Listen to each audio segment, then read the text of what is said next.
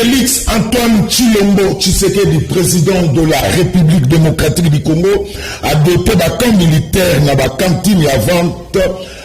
Bande qu'on a Isaki à Foufou dans le camp militaire 18 000 francs congolais. Il y a Pamba, tout le peuple d'abord en marche.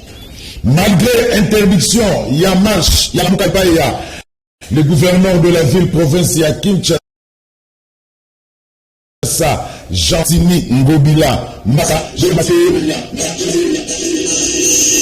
alors, un problème technique, voilà. Donc, malgré, nous avons le malgré l'interdiction, il y a marche, il y a l'amkata gouverneur de la province à Kinshasa, Gentini Ngobila, Mbaka, Lamuka signe et persiste par l'entremise, il y a Lisanga Bonganga, Lamuka et Bengi, la population a une participation massive dans la marche pacifique, il y a le mercredi 15 septembre 2021. Et Kosuka Ndengenini, Tokosolo Lango, Nakati ya émission à l'élo, Batata, Bamama, Bande. Nazana plaisir ya koyeba ke boza ebele na biso toza bongo lundi 13 septembre 2021 et bandeli ya poso yango yo premier numéro ya Canal Presse pour na poso o ebandi. Merci Nabino pour la fidélité, merci Nabino pour la confiance, merci na équipe technique Couparbo la qui tient de main de maître le 3 caméras. Namoni MCB à Mafinga, Serge Makos na réalisation, Namoni Soulemboyo na exploitation, Serge Koulouaye, Kolongolaye na Mosala, Patissou Mona YouTube, sous la coordination, Yagim Poutou, le grand maestro, le sélectionneur Didier Deschamps, Patataba Mama Bandeko, c'est bel et bien parti pour le direct. Il y a le meilleur championnat du monde, Otobenga la Liga. Canal Presse. Alors, tout le Camp Nou, Barnabéo, Parc de Prince, mouillons les maillots, mais évitons de confondre vitesse et précipitation. Bozo la télécommande, Bota Pembeni, parce qu'en cet instant, ailleurs, et le Kamalonga est zaté. Au bon la télécommande, Tepo et Kubukana, Tchayango Pembeni, Tikaraka le meilleur championnat du monde. Alors, Mbote Mingi, na quelques téléspectateurs au Balandaka, Canal Presse de partout, Bazolanda Bisso, Peggy de Mosengo, Yoko ya la sécurité à complexe scolaire Mosengo na limité, na ebi ke tango bana bazana vacances, mais ba tche télévision na complexe scolaire Mosengo, bango balataka Canal Presse, Peggy de Mosengo, na pession Mbote Mingi. Mbote na poudre de chasse, président et troupe théâtrale, sans souci Mokini Mobimba, oui, le Karabongo na antenne à poudre de chasse, Mbote na yo, aux Hollandais, le meilleur championnat du monde. Sans oublier les coordonnateurs, il y a Roussep, Rassemblement extra-parlementaire, il y a Union Sacrée, Monambokam, Martin Lukou Sapano, le coordonnateur à Roussep, Martin Lukou Sapano, nous appelons Bambote Mingi, Naïbi aux Hollandais, le meilleur championnat du monde, depuis Biro Nayo, quelque part, Nakomi Nagombe. Roussep, toujours en avant avec Martin Lukou Sapano. Boye Malamu, de la Poste Malamu. Alors c'est parti pour le meilleur championnat du monde. Bas invité Jeannot Lopembe ya Peperde Mbote. Mbote na de Gozole matono mingi pour l'invitation. Merci. Na monza malili lelo. Te na za malili te na opesa biscuit émission na za malili te. Merci. Fleury. Boni. IDPS. Na mona okala. Bien de Gozole. Mbote na yo, mbote na Gimputu a classé na lelo, mbote pe na ba ninga ba co-débatteur na plateau, mbote na ba kongomani wa Rwanda biso. Mais na linga ko préciser de Gozulu na kutana na batu na nzela, Gozulu ka susute de Gozulu ba dokimi. Tu m'as débatté et sauf que Tosé Belé équipe championnat au Makasi. Coach a remis sur la première classe. Et de l'autre voilà. Donc, nous avons dit à les téléspectateurs que les Arakangaïté na sélection na battu. Donc, Bobenga Ngaïté, Bobenga le coach Didier Deschamps, qui pour tous les grands maestros. Il y a une responsabilité à sélectionner à battu parce que le championnat est tellement monnaie, le meilleur championnat du monde, la Liga, demande des Aïbélé, Bajo d'Azébélé, il y a parfois que Batam sous les sélectionnés nationaux Didier Deschamps m'a débordé pour nous sélectionner des joueurs. Jérémy Momeka, Union Sacrée. Merci beaucoup Ndeko Zulu d'abord pour l'invitation et je profite de l'occasion pour ça ma téléspectateurs et puis co-débattre ici sur ce plateau de Konanga ya PPRD et puis de Konanga ya IDPS. FCC PPRD tata mon maman Mangoti. Alors voilà, normalement ça 4 ans, les autres c'est là d'après rapport à Didier Deschamps, aux autres c'est la 4e invité. J'ose espérer na Kanisi Kezaline de Joël, il y a nouvel élan, hein? C'est ça les sélectionneurs. Les amis non. Voilà, Ndeko Joël, il y a nouvel élan, parti cher, il y a Adolphe Mouzitou Mfumupa. Tout ça c'est là hier à Wanarati à plateau, na yebi que Kinshasa beaucoup d'embouteillages. En tout cas, moi à Passimigi. J'espère que ça sera commis avant à côté de la mission à plateau de Joël. Il y a un nouvel élan parti cher, il y a Adolphe Mouzitou Mfumupa. Premier sujet, Félix Antoine Tshilombo Tshisekedi a doté Bakan militaire Bakantim, en tout cas, Wana Bazote Kabiloko, Saki ya Fufu, Soko na Gambela, Soko na Éthiopie, Soko na Kandakanda, Soko na Zigida, Soko na Wenza Selembao, Soko na Njili, Okei partout, Saka Fufu ça 94 000 francs, Kasna Bakan militaire, Saka Fufu 18 000 francs congolais, Jérémy Momeka, le peuple d'abord en marche. Oui, Ndeko Zulu, je suis tellement content. Il y a qu'à constater qu'aujourd'hui, le peuple d'abord, pendant longtemps, le peuple d'abord, l'expert délimité, Etienne Tshisekedi wa Mulumba approna kiyango na bande kona nyoso nyoso bazala kinaye. En tout cas aujourd'hui, ils ont en marche. Ils ont en marche pourquoi? Parce que tout comme qu'on constater en haut.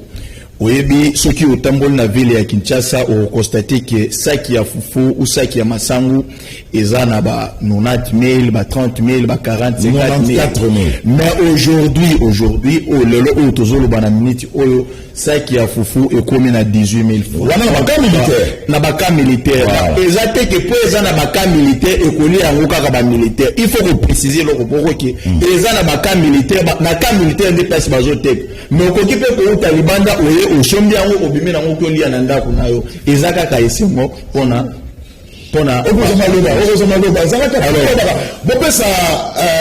jamais le premier fait inhabika à comment tout continuer. Alors eza initiative moko oyo biso ba congolais tout saluer yango et puis tout féliciter chef de l'état pour na initiative wana oyo kubakisama likolo ya ba initiative misusu oyo chef de l'état azwaki en faveur ya ba militaire parce que toyoka ki discours ya général Christian Chiwewe o azali général ya garde républicaine ba na discours nae abana ko féliciter chef de l'état par rapport na ba initiative ou par rapport na makambo azaro sala pona bango ba militaire.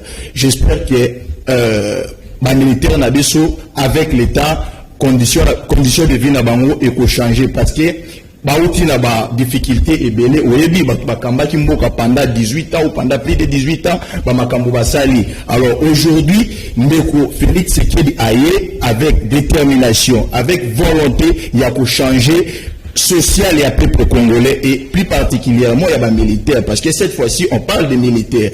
Alors avec détermination on a biso tozana a besoin à aider les militaires.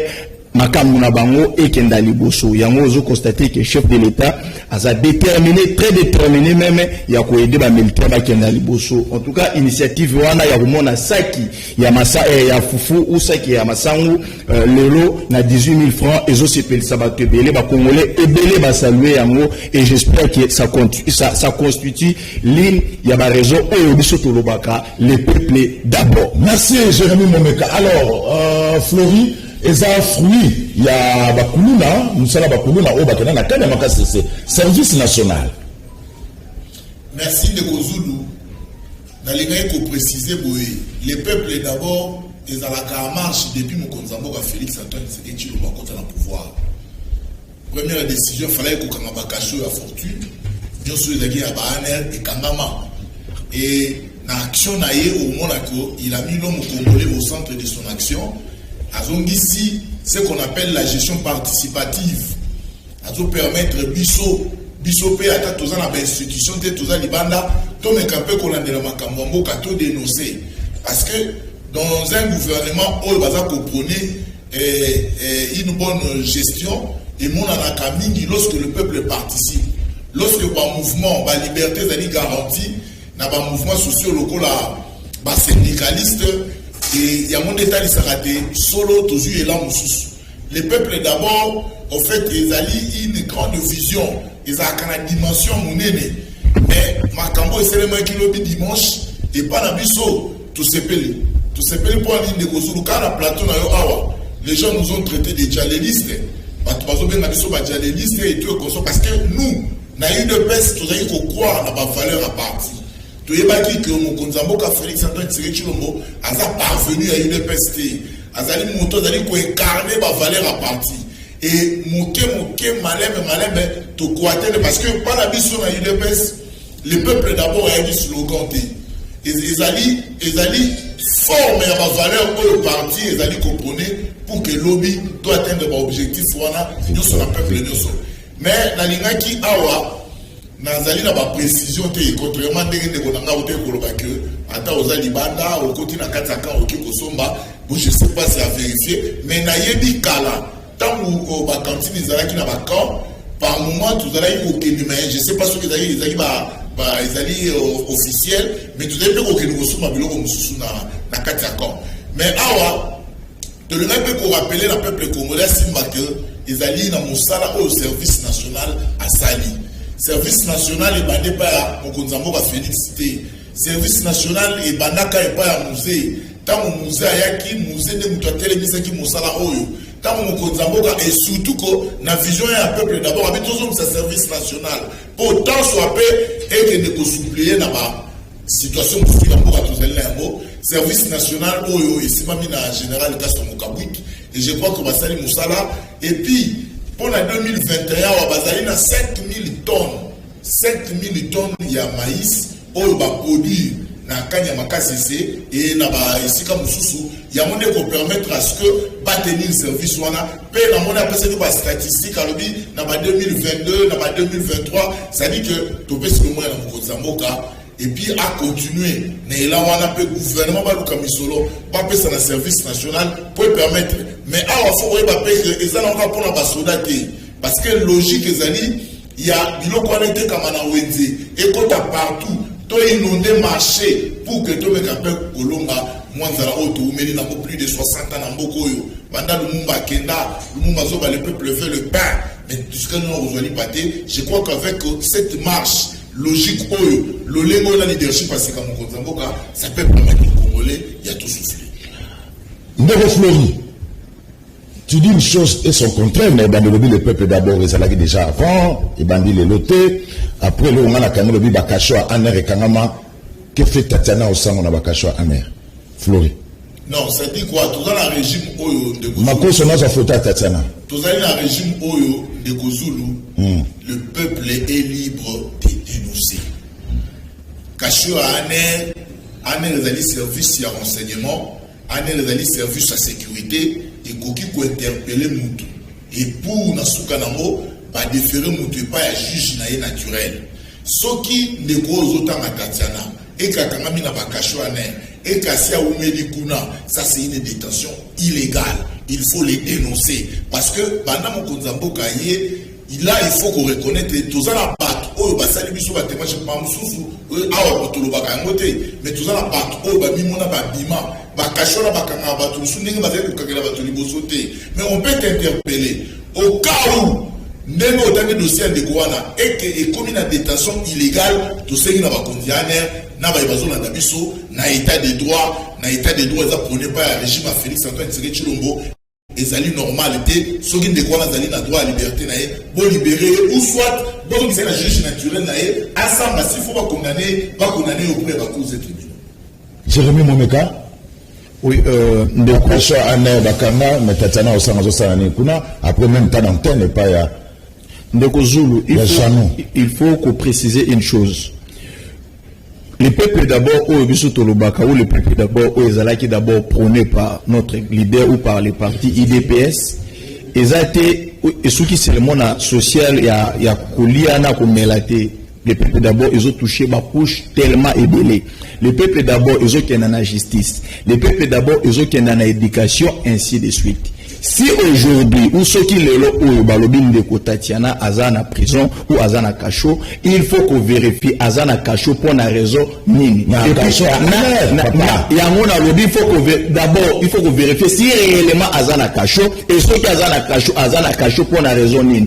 Awa tolinga rate que toi na etando ike ou toi na plateau à télévision to banda ko spéculer tolinga so to na plateau à télévision to loba oyo to za la précision. C'est pourquoi biso tolobi boy soki ndeko Tatiana azana prison ya solo et que aza na kati ya prison de manière illégale, il faut pas bimisaye parce que le président Félix Tshisekedi lors ya entré na ou lors ya accession na na pouvoir a telemelaki makambo ya kokanga bato de manière illégale, a telemelaki makambo ya kokanga bato na bakasho ya baner ainsi de suite. Soki ya solo azakuna même biso to dénoncer yango ke abima, mais soki azakuna te totika ba spéculation autour ya makambo ya ndeko ya Tatiana.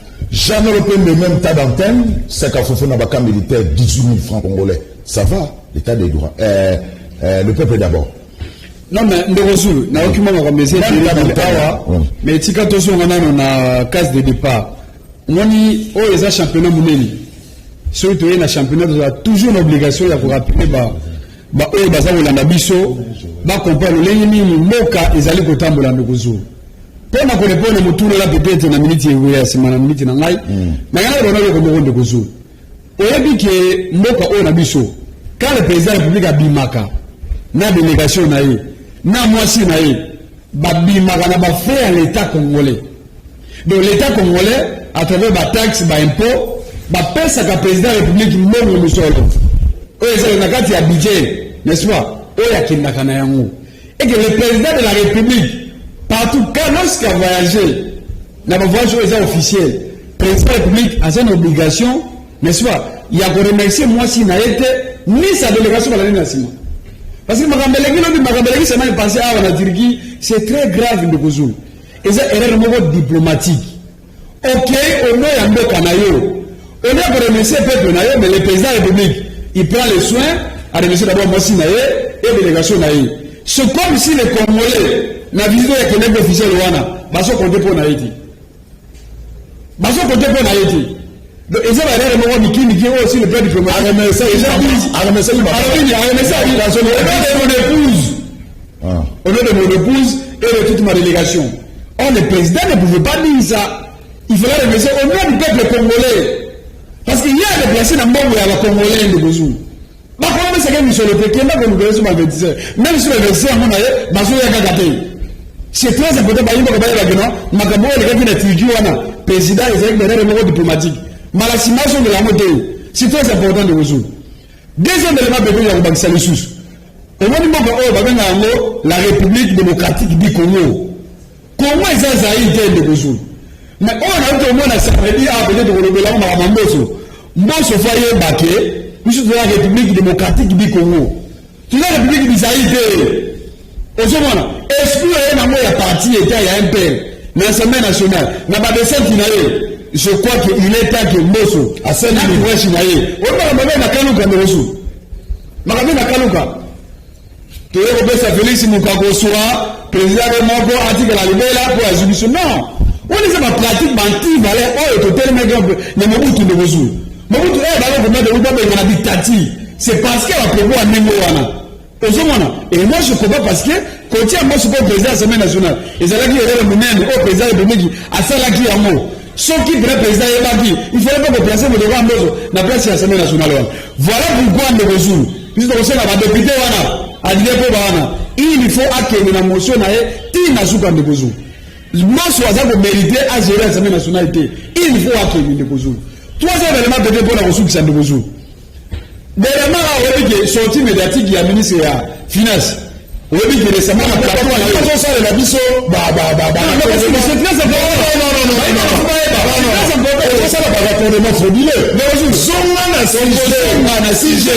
Parce qu'on a la troisième raccordement frauduleux. C'est important. ok, bah, on a le ministre de la Finance.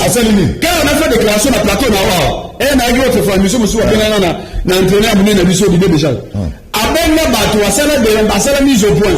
Pour la plateau, et ça le coûta. Et pourtant, la plateau, ministre de la Finance, il y a un mot à bloquer par une indemnité de sortie. C'est lui le ministre des Finances. On a payé. Non. Si ça. Le salaire, on a vraiment tout le monde à côté. Donc aujourd'hui, au jour d'aujourd'hui, c'est le ministre des Finances, mais que Nicolas Kazadi, il y a un mot à bloquer. Avant que le bénéfice de Soana, nous devons bloquer un moyen de faire ça. Mais on n'a pas le mot il y a ma cantine communauté là. Avant, ok, nous sommes toujours dans Maloba. Par rapport à la question, j'annonce aux téléspectateurs que Nicolas Kazadi, ministre des Finances, a invité à l'équipe nationale. L'émission a été déjà enregistrée, c'est en plein montage. Et a répondu à la question, il y a une indemnité de sortie, il y a le gouvernement Ilum Kamba, Sylvie Bongo Bessona, je crois, donc à ne pas rater un rendez-vous, à ne pas rater sur la RTNC, sur Antenne A, sur Canal King, sur 5 VDJ, Nicolas Kazadi, sans tabou, à répondre à toutes les questions brillantes et ma méthode de finance, la plus grande émission de la République démocratique du Congo, équipe nationale. À répondre à la question à salaire à Kabila. Est-ce qu'au foutu Kabila déjà, toi en septembre, au foutu salaire à mois d'août, à répondre à 17 millions, il y a FEP. À qui même question de côté. À répondre avec un indemnité, il y a sorti Jana Zoroloba. Donc, gardez votre souffle. Nicolas Kazadi, tout fait, tout flamme, un quinois, Lingala Kitoko, à répondre à la question. Alors, c'est la foufou, 18 000 francs congolais. Dans le camp militaire. Mais, au début, le président Salaki Angoana, ça, ce n'est pas la politique du peuple d'abord. Parce que, imaginez-vous, c'est pas une introduction dans le Bozou. Aujourd'hui, il y a une bande à foufou, 94 000 francs. Pratiquement, c'est 50 $. Voilà. Aujourd'hui, il y a une bande. Mais ceux qui vont dans ce qu'on a camp Kogolo, 18 000 francs, et ils ont combien de temps? Et il faut toujours dire que l'on a un stock là, ils ont uniquement la camp militaire à camp Kogolo. Et ça, on a pas le la police. Non, il y a camp militaire. Non, s'il te plaît, Jérémy, comment? C'est ça. Règle du jeu, il y a un ligue à Babylon Kowana, balancer on a camp Kokolo. Ce qu'on a na camp fumula la police a exacté. Est-ce que mon amour de donc, vous savez comment c'est on a camp chat ou na camp. Non, na camp chat de Ozu. Ce qu'on a camp chat. Alors la police c'est quoi ba c'est la police la police. Ba ba ça va aussi ma fufu wala bi. Presque la police est awa. Mais ça processus. Et ça processus le nom de Ozu. Le peuple d'abord ne se résigne pas seulement pour la carrière d'un soldat. Aux hommes, nous avons passé le peuple d'abord, c'est ma congolais. N'a pas fait de Bozou. Baza combien par rapport à comment les voisins ont commis peut-être, il y a c'est le mort. Baza combien? Pour te dire que non, le président de la République, encore une fois, ciblé.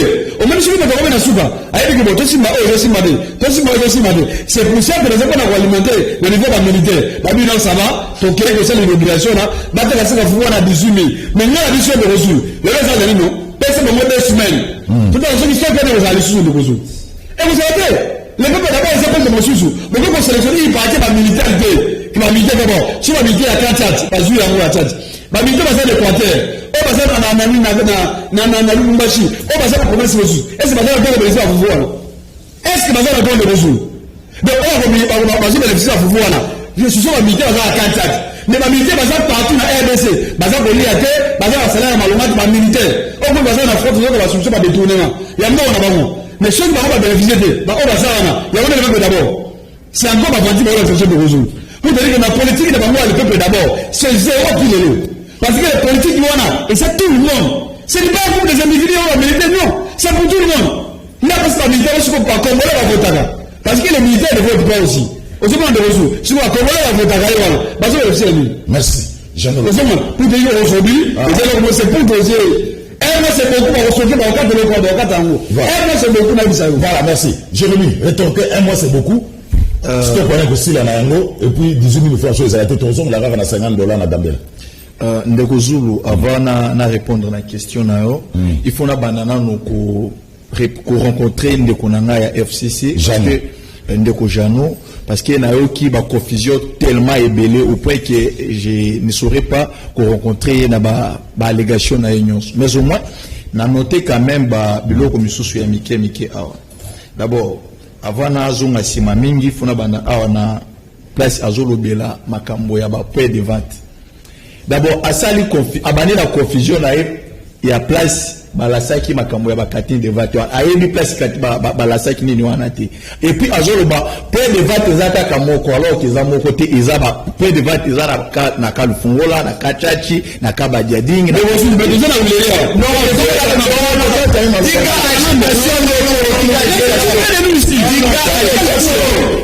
agitation oyoki chef de l'état lobby olandaki chef de l'état balobi ba point de vente eza na kalufungola na kachachi na kabadiadingi na kakabila ainsi de suite. Alors wana eza pour la ville ya Kinshasa parce que eza pour la ville ya Lubumbashi. Je pense que ceux qui a la chef de l'état lobby ayoka ki yango mais déjà façon à répondre à ma question na j'ai compris que ayoka ki yango te auti ko tala mo siko na tomo na téléphone mau yango zo memaye na ba confusion ebele. Ndeko nanga ya FCC na yoki asali ba confusion bon confusion te na yoki alobi ba biloko moko awa o nga na zo mona kezo tenir debout.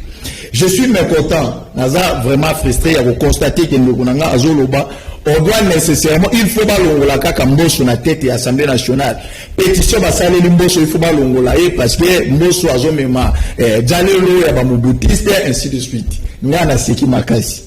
Lorsque baninga balongola mutu na Assemblée nationale ou na tête ya Assemblée nationale de konanga il faut que ebaki ezala ba procédure esengaka balandango et puis ba procédure wana esengaka ezala lié na source ya motivation moko oyo eza convaincante c'est-à-dire oyo soki mutu nyonso ayoki yango ezala valable yozo le makaka balongola mboso pétition wana il faut balongola mboso il faut alongwa azaja lo liste raison principale soki batuni yo balongola mboso na tête ya Assemblée nationale eza nini oza na raison te raison na eza kaka balongola azaja lo liste discours na alobi Félix Sekedi afanda libela est-ce que kolobana mutu afanda na pouvoir ce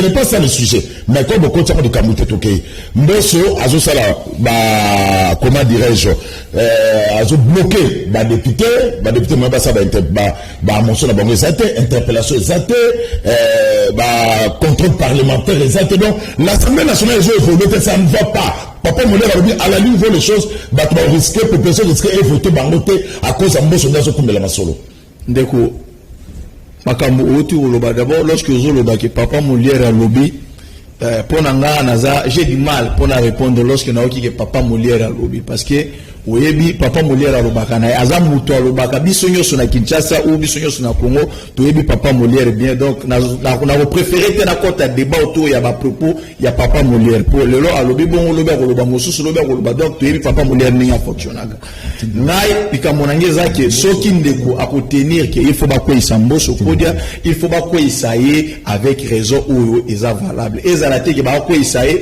parce que mboso kodia alobi na ndeko Félix Sekedi que voilà ndeko Félix Sekedi il faut oumela na pouvoir mais ceux qui va lever na mutu qui oumela na pouvoir aza déjà président de la République il peut encore accéder à la deuxième mandat et c'est normal balobana il faut oumela na pouvoir ceux qui va lever na oumela na pouvoir mabeza wapi ndeko na ngai mabeza wapi lorsque tu es na plateau à télévision ou lorsque tu écoutes na plateau à télévision il faut tout le bon makambo o est important pour na téléspectateurs o bazolanda biso na moment ba cantine Tokei oui pour na ba cantine Flori passe maloba pour la bakatine en tout cas ndeko ne na lobaki na début émission eza initiative ou ezo permettre ba militaire na biso ba diminuer ba dépense na bango parce que yo yebi ba militaire baza batu oyo salaire na bango eza na muke pour le moment to yebi yango biso nyonso to koyi koya ko sango ana etando ikete mais avec l'état ba ko améliorer ba makambo na nyonso parce que yebi ndeko Félix Sekedi depuis comme na pouvoir asali même pas 5 ans na ya liboso azana okaka na mandat na ya liboso et puis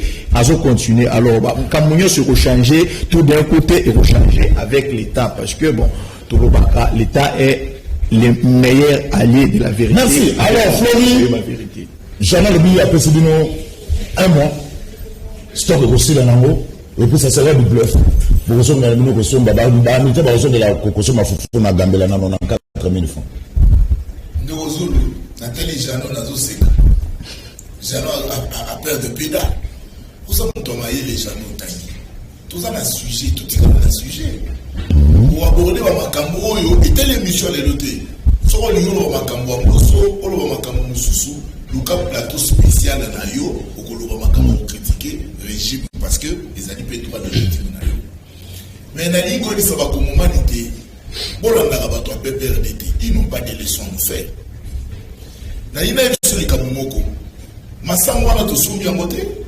masango to loni awa masango to bimisi awa ça dit nous avons 5000 tonnes disponibles dans l'entretien 5000 tonnes disponibles ici là tout nos bateaux basala l'agriculture na mboko ba yebi période de masango dimaka c'est que en 2010 en 2022 on aura 10 000 tonnes et on va aller progressivement de Gojano pour ceux qui peuvent masango ici yo organiser peuple congolais yo talo bino boza bateau bolingaki boya ko apporter expertise na bino ya musalo bosalaki pour que lobby peuple se retrouver. Mais quand tu te mets dans la logique wana Moso Kobia Makoso moi image en Moso na Kamuka illustration ezali malamu mingi te de Gojano mais nali pe ko bisa yo boyo Moso plein na Kamuka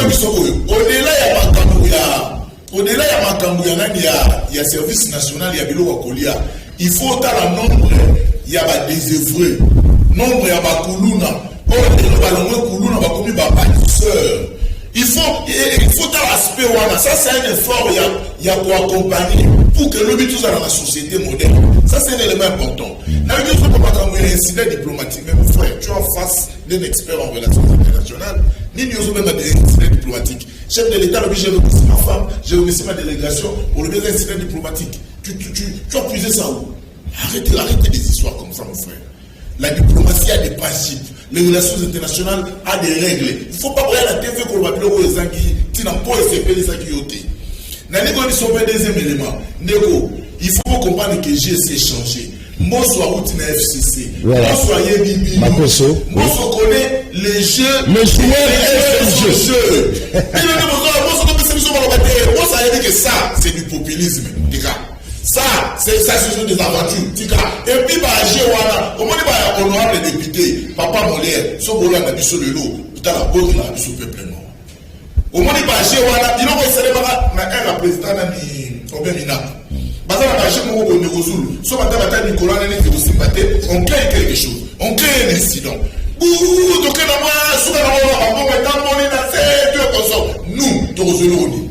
d'abord, nous avons la processus. Candidat à Séni, n'a pas eu consensus, n'a pas eu minalité, candidat à 2022, vous allez vous aider. Mais depuis tout, il faut comprendre que ceux qui ont la démarche, ou bien la marche, il y a l'Assemblée nationale. Mais mon frère, c'est que nous avons occasionné à ce que la 2023 élection s'arrête. Parce que vous avez des sous comme Milaï, tout le bureau, tout le monde, tout le monde, tout le pas c'est la salaire à la soda, pas c'est la salaire à la fonctionnaire, pas c'est la voie de là, on concentre le sous, toujours à l'Assemblée nationale, je pense que les députés, il faut que tu sois aventure, voilà, tout continuer. Ceux qui vont reprocher les alliés de Gozoulou, c'est tout à fait normal. Merci. Parce que ceux qui t'ont reproché, ceux qui vont reprocher les alliés, c'est tout à fait normal dans une société, pour reprocher Moutou. S'il s'avérait que Mbosso va se retrouver dans l'ambassade pour reprocher à sa responsable, il peut changer de tir. Merci Fleury. Alors, jamais le premier, quand même, nous connaissons Jérémy Momekato en direct, sur le téléphone sous Vibebo Kanyango, ce n'est pas bien. Alors, nous connaissons pourquoi tout ce que Fatih Beto fait et pas la mise à la réhabilité. D'autres les militaires, cantine, pour passer ma babiloko, au Utikana Mangas, ça n'a pris assez, quand même c'est encourageant. Ça a fait 18 000 francs. On s'appelle un négociateur militaire, non? Non, négociateur. Pourquoi on ne trouve Fatih Beto, ça n'a pas d'abino, et ça n'a pas le Rosoul, et ça question que nous sommes les amabétis. Mais je sais pas, quand il y a le même facteur de courir comme Allemagne, non? La promesse, c'est que tous les on juge moto par rapport à Marubanaï à programme. C'est ça le problème de Rosoul. Permettez-moi de me dire que frauduleux. Quand il dit que voilà, il est expert en relations internationales. Mais attention, on a besoin qu'on voit de Konongal. Si tu veux, quel est le pays non écouté? Quel est le pays où on a un président de la République aillé de manière officielle dans un autre État, n'est-ce pas? Et là, il y a conférence de conclusion. Il y a une visite d'ailleurs officielle. Il est reçu son épouse sur sa délégation. Vous savez, on a autant en Ouad. Mais mon frère, dis-moi, dans quelle université on est en Ouad qu'un président, n'est-ce pas, un président, n'est-ce pas, d'un voyage officiel, n'est-ce pas, à la fin, il faut accepter que non, le président sort avec le membre de la Congolais et le peuple congolais et non sa femme et non sa délégation. Parce que par exemple, c'est très important pour les barreaux. Pas au besoin de ça la montée. Il faut qu'on dise bango de vous. Allez, je parle encore de l'histoire de Mosso. Oui, mais c'est pas parce que nous le monde nous a coupé, nous avons marre de belé. Mais soit, quand il dit Mosso, Mosso, c'est la montée. Question est arabe. Oui, on a besoin de kilo. Interpellation. Question est arabe. Qu'il est l'homme de l'interpellation. Qu'il est l'homme de Mosso. N'a pas ministre, peut-être qu'il va ça. Mais si nous avons Mosso. N'a pas ministre, interpellé que le peuple congolais aille ma vérité. N'a pas de Mosso. Mais si vous avez un bon son, depuis que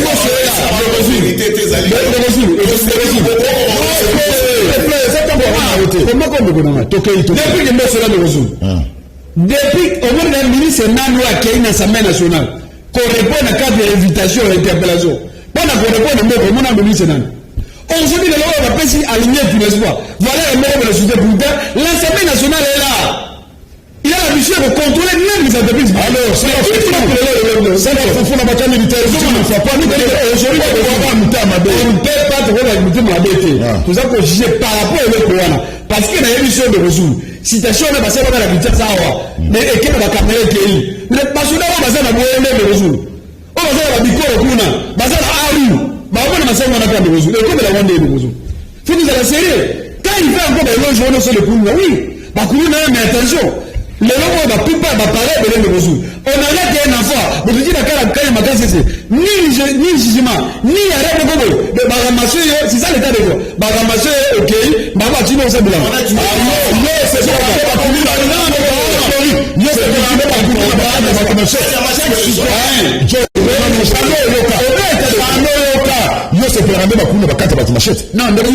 c'est pas pour la carte de réinsertion. Baloni Massang, Baloni Foufou, il y a moins de problème. La carte de réinsertion sociale, c'est pas un mécanisme prévu dans la loi pénale. Pour le la carte de la société. Mais procédure qui n'a pas de Bouzou. Il y a même besoin de ça. Merci. C'est important de rappeler.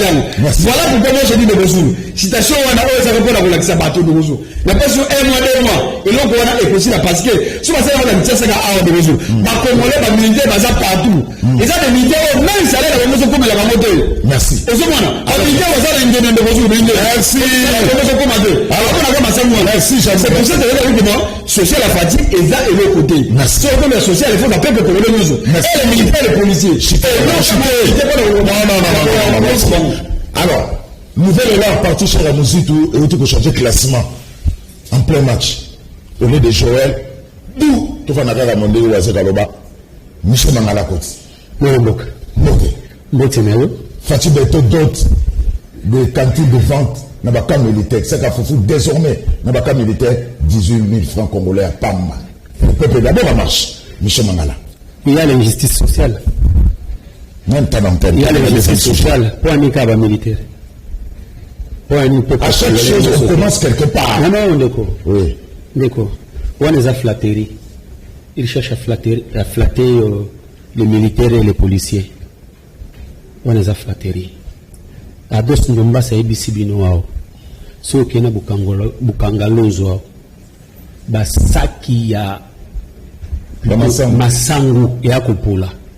Et on s'est à moi mbongo muke pour que ça va déploiement mais ba ko lingana mais quand makasi c'est pas amana d'accord tu on a kanya makasi c'est na ko féliciter le général comment il s'appelle encore Kassomo Kabuki parce que ça n'est malam là il faut qu'on reconnaître ça alors ça malam mais s'il vous plaît monsieur non ça la parole t'es s'il vous plaît quelle impulsion Toké Michel quelle impulsion donc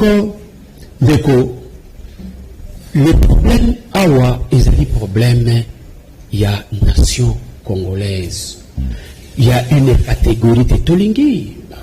Militaire nabiso, ba vivre malamu, ba mela malamu, ba tambola bien, ba zala, ba somba ba teni, ba zala présentable, na kati ba kana bango, ba zuabisika ya malamu ya kovanda. Parce que c'est au côté de la militaire, en tout cas, tu évites wane zala anini. N'est-ce pas? Donc c'est pour dire que le régime est la soni pour la gestion de la peuple congolais. Mais ici, ça a fait 18 000 francs congolais, le budget national. Il y a un kolobande, il y a un koloba, réali frateri. Il y a un tout motuna pona nini kaka, ba militaire, na ba policier, peuple congolais n'y ont sauté. Non, Ndeko. Vous savez, M. Fati a peur. Il a peur du fait qu'il ne parvient pas à donner des solutions aux problèmes des Congolais.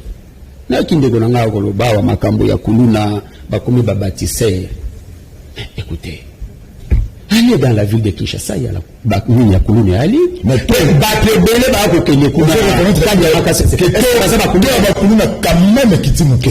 ceux qui bazala qui 5, ceux qui bazala qui 100, balongoli 20. Hein?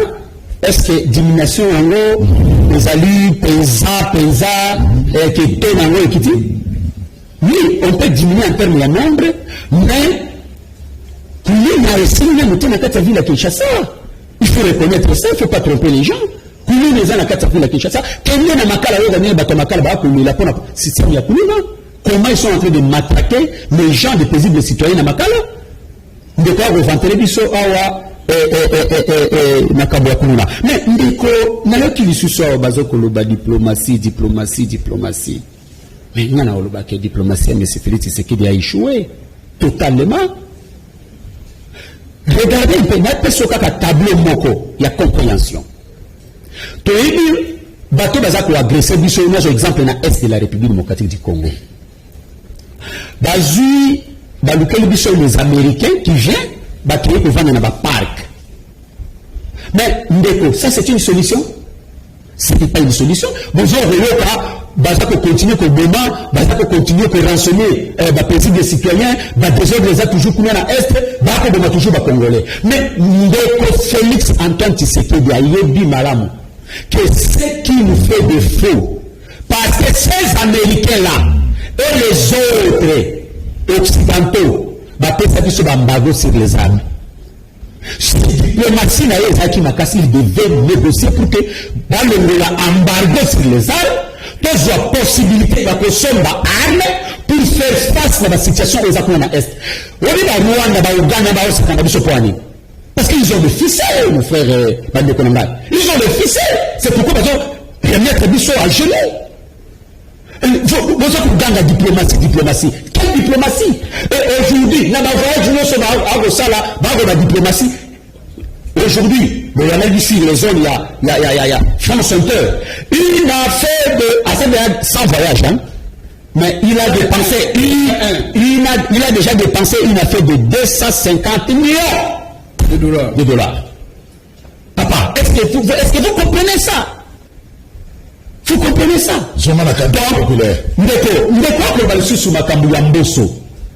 Mais monsieur Ngobila, non. Parce que ce qu'il vient de faire, ça c'est grave. Nous devons marcher. Voilà, mais c'est un sujet. Oui, il faut que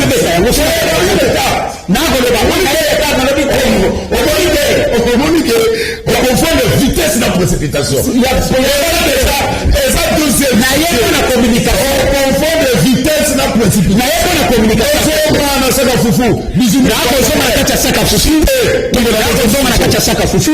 C'est pour dire que d'abord on a annoncé qu'un message précipitation. On a communiqué la paix. C'est la communication. C'est la communication. C'est la communication. Voilà. Il faut que marcher. La Covid kati ya militaire tozali wana ndeko Zulu toza wana na kama ya chité rapidement awa peuple congolais aza ko se résumer tout simplement na ba militaire na ba policier. Peuple congolais azali c'est l'ensemble. Il y a des citoyens congolais, des fonctionnaires, ainsi de suite, des services de sécurité, des unions soba, kotanga, ainsi de suite, des professeurs d'université, tous ces mondes-là qui constituent la population congolaise. Merci. Cette population a besoin de vivre. Bana posa ya kulia, bana posa ya kobela, bana posa ya kolata. Merci. Donc, Monsieur Mangala. et ça dit que moi, elembe moko, eza insignifiant, toya wana kati etandoike, tokoma ko kuganga. Yango moni mayele na bango ezali. Bako sala yango pour que les 15 euros, bana ya Congo bandi Merci. le 15 euros, deuxième sujet, bana s'il te plaît, on se confond les gars, c'est la précipitation. Ça, c'est le meilleur championnat du monde, c'est la Ligue 1. On confond les gars. Alors, malgré, on dit que tu continues, deuxième sujet. Les salaires qui prévu. On confond les vitesses, c'est la précipitation. Alors, malgré interdiction, il y a un sentiment de la gouverneur. Il y avait une province, il y a Kinshasa pour la marche. Il y a la Mouka où ils ont prévu le 15 septembre. La Mouka signe et persiste. Nous, si tu n'as failli le balobi, marche et Kozala. Et puis, le peuple a une participation massive dans la marche pacifique. Il y a le 15 septembre. Lisana Bonana Sayo Nakosi Sèche Makoso Mona Congo Central. Lelo toyebi ke bandeko ya Lamuka. Mona mboka Martin Fayulu Madidi. Na mona mboka président Premier ministre honoraire Muzito. Bokimbela. Ya koloba ke il faut to tambola le 15 septembre. Ezaite ya koloba o marche pona bango balobte balobeza marche ya ba congolais. Marche ya ba congolais biso baso. To tambola pona nini? Na maye to lobi. Yo lobi mboko yo na oki balobi makambo aram. Na moni balia kangai ba unité basala ka boinga na hotelema. Ezai bosomi yo yanga na hotelema. Na ko tambola na bandeko. Moto na montaza na intérêt nayi.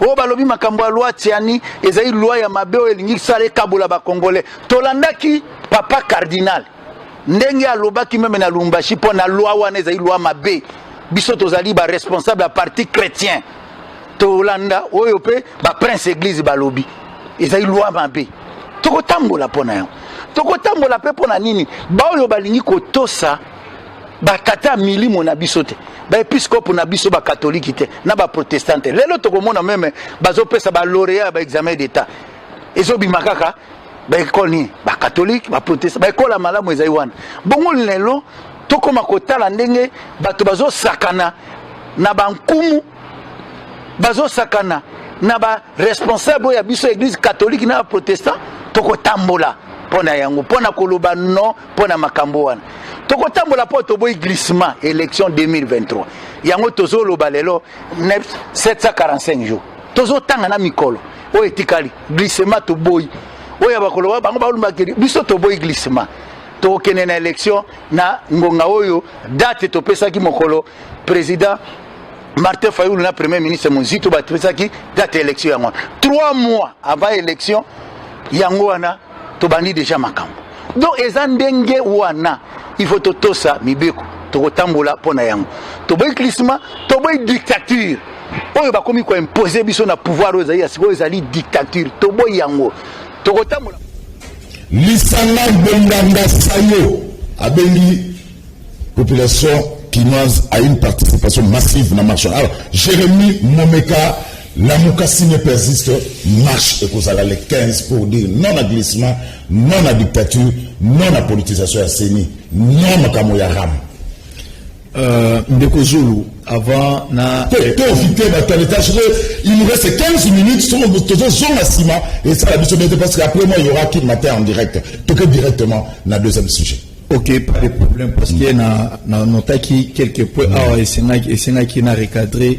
Ndeko Nanga ya Il y a Lamuka, non, il y a Lamuka par rapport na allégation na parce que na oki babilo ko belé à lobby a et tenir des mots. Na constaté agitation moko ça donc dit jamais vu et bangi singa makasi na éviter ceux qui Lamuka et comment ko se résumer na agitation. Alors par rapport na deuxième sujet où ezo concerné biso awa ndeko Zulu, il faut noter que biso awa tokoki confondre démocratie na anarchie. Tokoki confondre démocratie na anarchie. Pourquoi? Parce que anarchie ezalaka absence ya autorité compétente na mboka. Alors que biso na démocratie toza na présence ya autorité compétente. C'est que toza na démocratie, il faut tout respecter ba règle du jeu.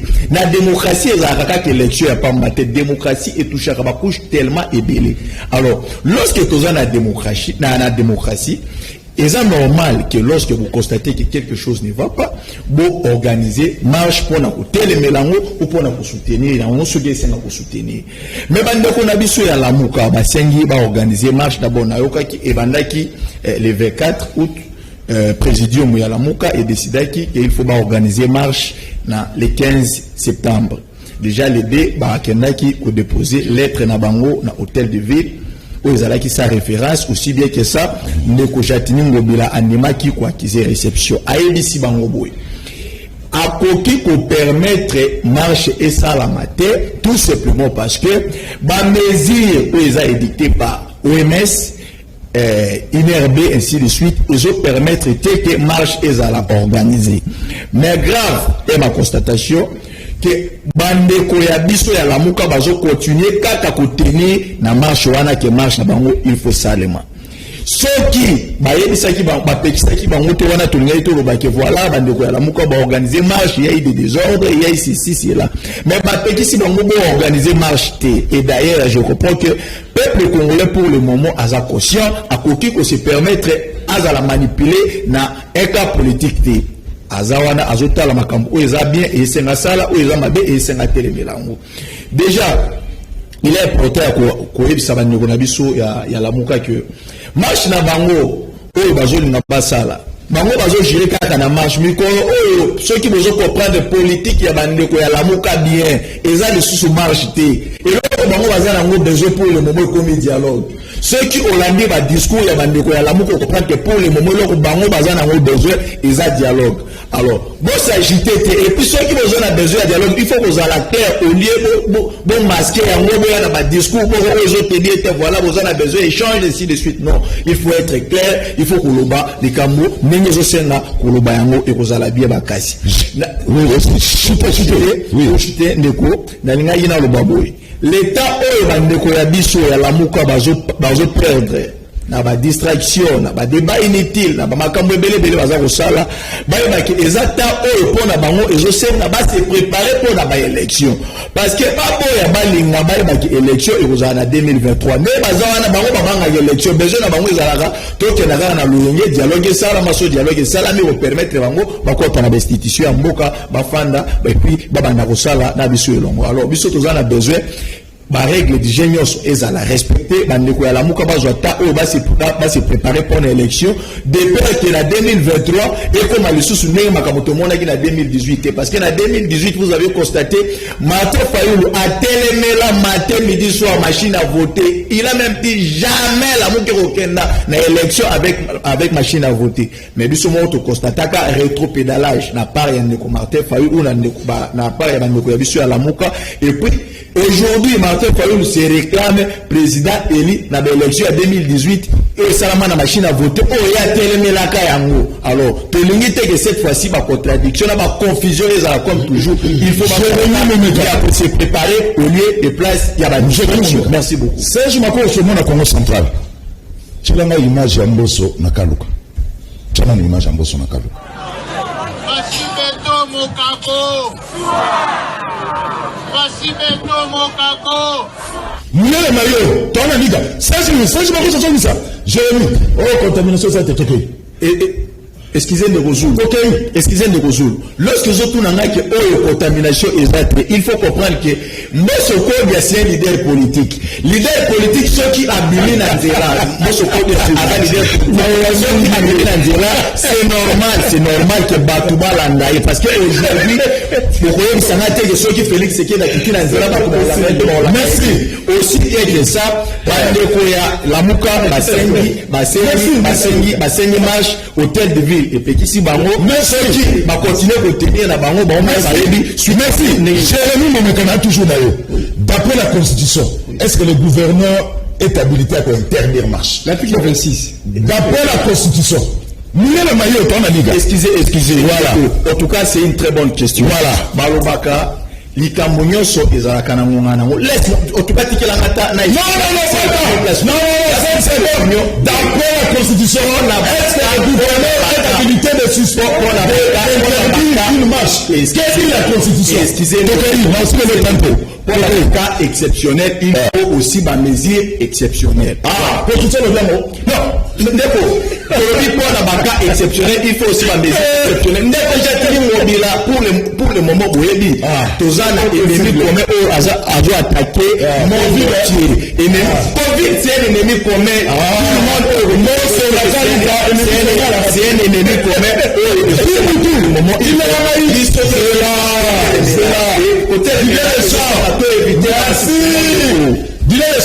il y a une image à concert merci il y a une image à concert faut éviter de confondre vitesse et précipitation jamais le PMB Jean-Tibin Bobina dit il ne prend pas acte l'activité à la Mouka Lissana Bonganga Sayo à Telena Lobby il y aura marche Bachaka Tembena l'état jamais le PMB le Rozoul avant de répondre à Moutouna mais répondre à Moutouna non c'est les idées de ça les place nous sommes dans le monde entier et ça vous en a Congo et ça vous en a Congo vous en a la province faut bien la balabala les 15 non comment on va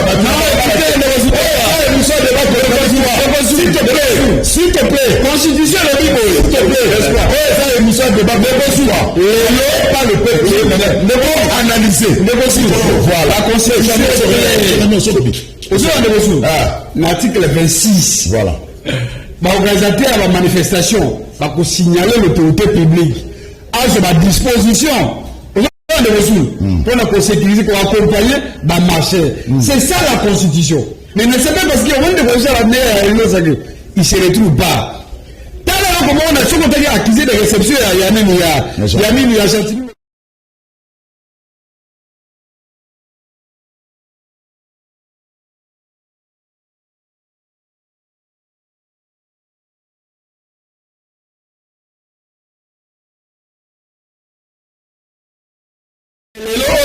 Félix a comme comment en marche parce que si on est dans l'air qui n'a quitté les réceptions donc sous l'institution il y a l'autorité suprême c'est qui c'est le président de la République donc les lois Ngobila a comme qu'on se cache derrière Félix pas de moyen pour interdire marche voilà et pourtant constitution que si le pouvoir pour interdire c'est très important de résoudre accompagné par marché parce que c'est très important pour dire que Félix a comme marche et parce que ceux qui ont marché n'a qu'un peu de commencer dans le résoudre dossier arabe collègue à l'homme santé impériement ministère pour des aides de le majeur de résoudre et ça marche historique de nos merci c'est pour ça que merci ça m'a dit d'abord samedi passé président une activité dans l'Assemblée nationale au moins c'est pour ça que ma demande de au moins de membres de l'Assemblée non na quand on sait le conseil d'adju na voilà ça va ça va justification on a tenu Kuzulu c'est un état de droit à respecter ma merci j'ai comment comment de choses qui toquent na Blanchard Mongomba bako comme la gouverneur lettre sans référence non d'abord de Kuzulu du fait qu'il n'y a qu'une arrêté, il y a qu'un qui déjà sujet de cette histoire. Il est sa référence. Écrit, tu parles de l'administration. Non, ça ne pose pas un problème là-dessus. Oui. Dans l'administration, ce sont de pratiques qui se passent dans l'administration. Au cas où ma lettre non référenciée, tout comme ma lettre avec référencié. Nous sommes des politologues. Je fais les sciences po. Ça, c'est nous sommes Hollanda nous sommes sur la lettre, on a un problème. Référence, c'est pourquoi? Parce que place au bino beaucoup de lettres, si par exemple il y a baluka dossier wana, baluka mukanda wana, ne se référer na numéro wana. Vous comprenez? On va se référer à la numéro. Voilà, ça toujours. Il y a un groupe, il y a Batalamouka Bakanek CPI. Qu'est-ce que vous cachez derrière cette marche? Le moment où vous connaissez la CPI, marche de Salamité, mais il y a un groupe, il y a Wakad et Alamouka Bokena CPI. Mais que Zulu, tu as dit que M. Félix Antoine Tshisekedi a un schéma, il y a M. Kabila. Boyebi na ba marche biso to sala à ce temps-là et le na bango to perda bato ebele ba rosi mukendi bakenda soko kei na parti ya kulutu na Frank Djongo okoti o mona a roche la ba photo ya bato nyonso ba kufa na ba marche à l'époque de Kabila du fait que M. Félix Antoine Tshisekedi azana logique il y a M. Kabila et aujourd'hui je vous annonce ce qu'il y a parlement, surtout à quartier 3, il y a un colonel là, c'est JC, qui ne veut pas que le parlement de Bounabiso et se réunisse. Comme qu'on matraqué Batunabiso, qu'on bénana Batunakata parlement de Bou, il n'y a pas la paix. Et nous savons que notre peuple aujourd'hui va décider comme un seul homme. Aux micro baladeur, donc il y a un peuple qui va les 15. Et nous savons que M. Félix Antoine Tshisekedi, du fait que Azana même rythme, même comportement, mêmes habitudes avec M. Kabila, il y a un risque que Bab maltraiter les Congolais, Bab maltraiter les Congolais. C'est pourquoi nous disons, nous n'avons pas saisi seulement ces pays, de saisir l'Union européenne, de saisir l'ambassade, pour que ce qui tanga ya Congolais moko ekiti ya makila ekiti mutu ya Congolais pe na mabele les auteurs ya eloko wana ezali régime oyo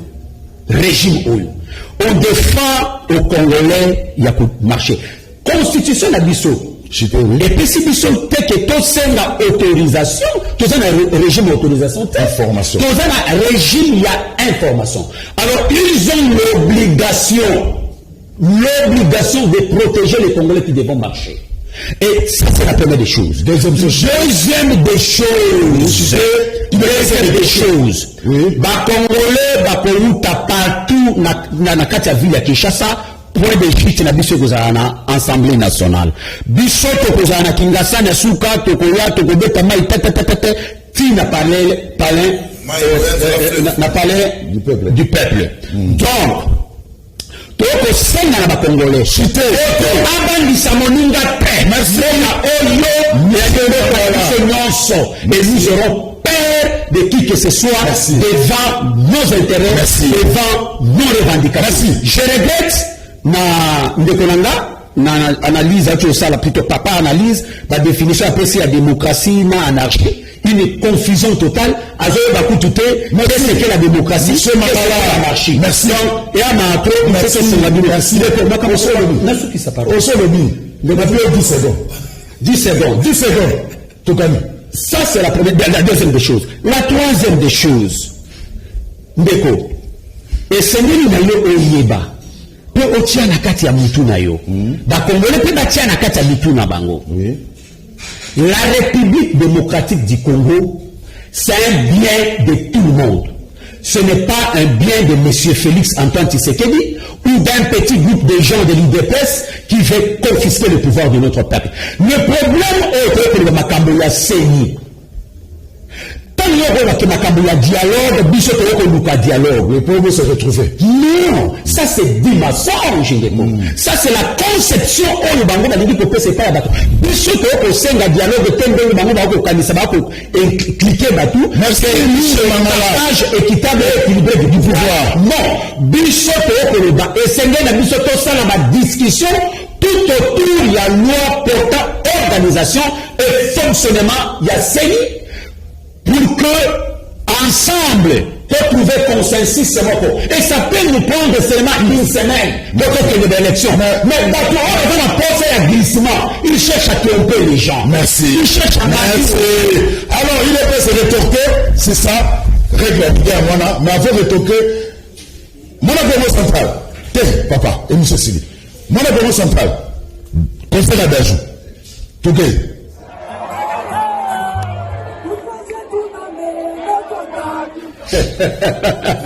Dans la difficulté à répondre à la question. Moi,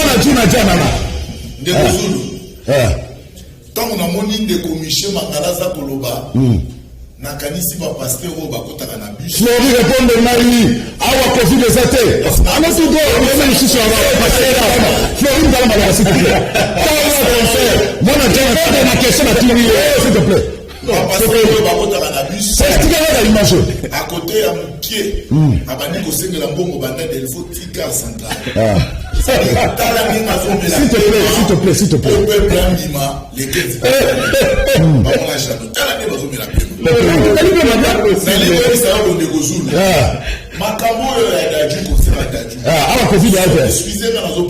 Voilà. Et qu'on a mis rencontre, il y a président Posonaka Luka. Et il faut qu'on rappelle que, passé 3 semaines, il y a pour mobiliser pour les 15. Lobby Bazalaki n'a pas si je ne me trompe pas. Excusez-moi, ça dit que par mon chien, son nègre Basali, et ça le go là. Nègre Tozalaka, n'a beaucoup de Gouzulu. Babomaki na Kinasani, Babomaki na Maluku, Babomaki na Nimi. Mais tant que Jisha Kangayo, Jisha Kolobana Kobomi. Yo c'est juste que au Kaïma pour la bominer parce que baboma il est kinasani que nous on va tout kinasani non babonio so bazali na kati ya même sac basali 3 semaines pour la préparer marche indice déjà échec mais Flo vous avez répondu à la question moi la comment centrale est-ce que awa Covid les athées awa Covid les jeunes contamination des awa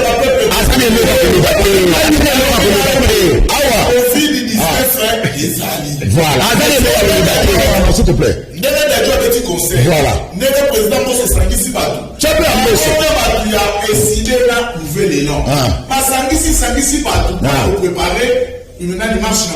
Mais c'est normal.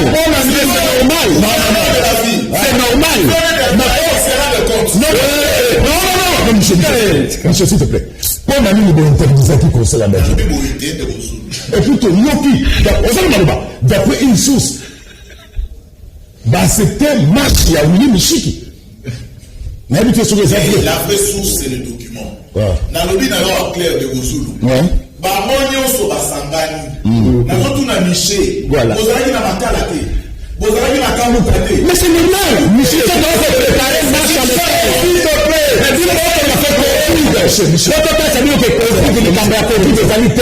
Les raisons sont ailleurs. Merci. Comme les raisons sont ailleurs, ils sont pour la marche à le 15. Merci. C'est ce qui fait que le gouverneur se rend compte que ceux qui n'ont tiki Bambogoé, Naïla Oyo, propagation aux ala, Makas. Negozulu. Oyebi, d'ailleurs, Nathan communiqué à gouverneur, Nabi gouverneur a dit bateau. Gouverneur fallait tika Bango.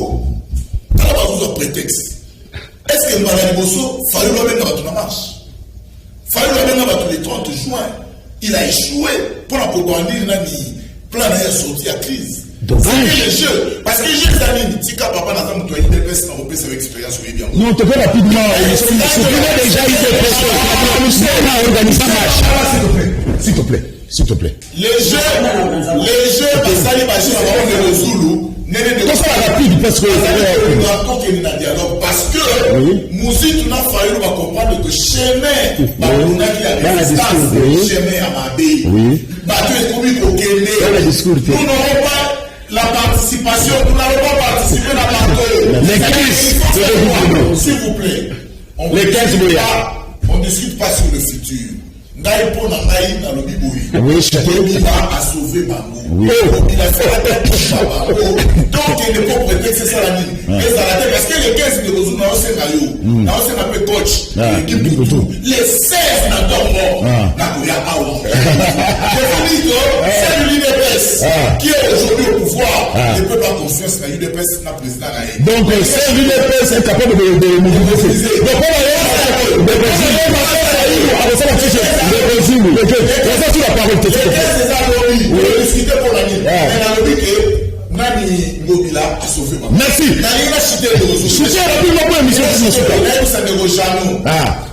merci.